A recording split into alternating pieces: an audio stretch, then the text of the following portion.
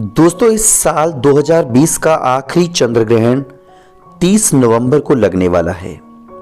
यह 2020 का आखिरी चंद्र ग्रहण होगा और ऐसा माना जाता है कि चंद्र ग्रहण का असर प्रत्यक्ष या अप्रत्यक्ष रूप से व्यक्ति के जीवन में जरूर पड़ता है।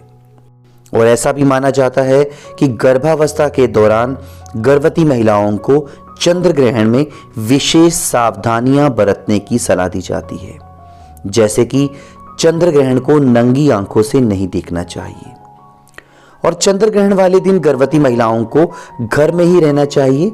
इसके अलावा चंद्र ग्रहण में गर्भवती महिलाओं को नुकीली चीजों आदि का प्रयोग नहीं करना चाहिए। दोस्तों, आज की इस वीडियो में हम बात करेंगे 30 नवंबर को लगने वाले चंद्र ग्रहण में गर्भवती महिलाएं किस तरह से अपनी देखभाल कर सकती हैं और क्या ये चंद्र ग्रहण वाकई नुकसानदायक होगा, इसका सूतक का क्या समय होगा। इन सभी सवालों के जवाब आपको इस वीडियो में मिलेंगे और इस वीडियो को पूरा देखना ताकि वीडियो में बताई गई हर बात आपको समझ आ सके। हालांकि अगर वैज्ञानिक दृष्टि से देखा जाए तो चंद्र ग्रहण का असर व्यक्ति के जीवन पर नहीं होता, लेकिन हमारे धार्मिक ग्रंथ और हमारी धार्मिक परंपराएं हमें बताती हैं कि चंद्र ग्रहण का असर व्यक्ति के जीवन पर जरूर होता है, खासकर गर्भवती महिलाओं पर इसका विपरीत यानी कि इसका नकारात्मक प्रभाव पड़ता है। हालांकि 30 नवंबर 2020 को लगने वाला चंद्र ग्रहण उपछाया चंद्र ग्रहण है और उपछाया चंद्र ग्रहण से डरने की आवश्यकता नहीं होती, क्योंकि इसका कोई धार्मिक महत्व नहीं होता। दोस्तों, अब हम बात करेंगे उपछाया चंद्र ग्रहण की क्या समय होगा और कब ये लगेगा। उपछाया चंद्र ग्रहण का समय है, पहला स्पर्श होगा 30 नवंबर 2020 की दोपहर 1:04 पर। परम ग्रास होगा 30 नवंबर दोपहर 3:13 पर। उपछाया का अंतिम स्पर्श होगा 30 नवंबर की शाम 5:22 पर।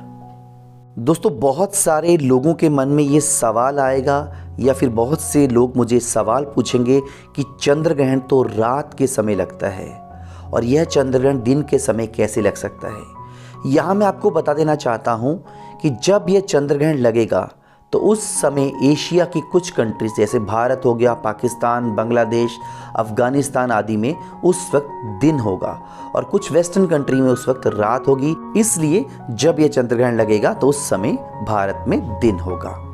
उपछाया चंद्र ग्रहण को नंगी आंखों से भी देखा जा सकता है।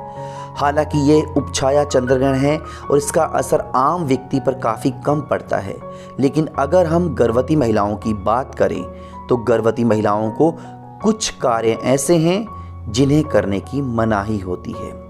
चंद्र ग्रहण के समय गर्भवती महिलाओं को घर से बाहर नहीं निकलना चाहिए, क्योंकि ऐसा माना जाता है कि चंद्र ग्रहण के समय बहुत सारी नेगेटिव ऊर्जा निकलती है, जिससे गर्भवती महिला और उसके शिशु को नुकसान हो सकता है।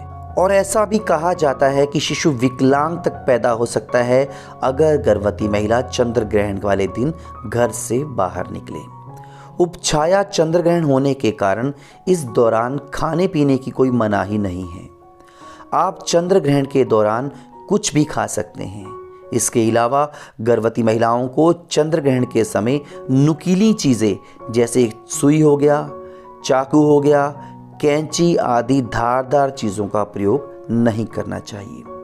अगर हम साधारण चंद्र ग्रहण की बात करें तो उसका सूतक काल मान्य होता है, जिसमें बहुत से शुभ कार्य करने की मनाही होती है, लेकिन इस चंद्र ग्रहण का सूतक काल मान्य नहीं होता क्योंकि यह उपछाया चंद्र ग्रहण है।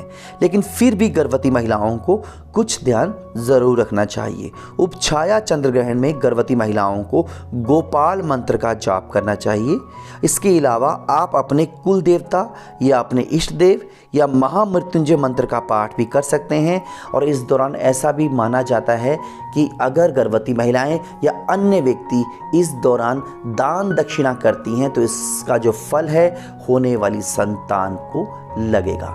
तो दोस्तों ये थी वीडियो जिसमें मैंने आपको बताया है कि चंद्र ग्रहण का समय क्या है और क्या इस चंद्र ग्रहण से डरने की आवश्यकता है। और मैं आपको फिर बता देना चाहता हूं कि विज्ञान इन चीज़ों को नहीं मानता, और अगर आप भी इन चीज़ों को मानते हैं तो अच्छी बात है, अगर नहीं मानते तो ये आपके ऊपर पूरी तरह से डिपेंड करता है। और आप अपने डॉक्टर को हमेशा फॉलो करें, और वीडियो बताई गई बातें अगर आपको समझ ना आए तो मुझसे कोई भी सवाल बेहिचक पूछें। वीडियो देखने के लिए दोस्तों आपका बहुत बहुत धन्यवाद, शुक्रिया।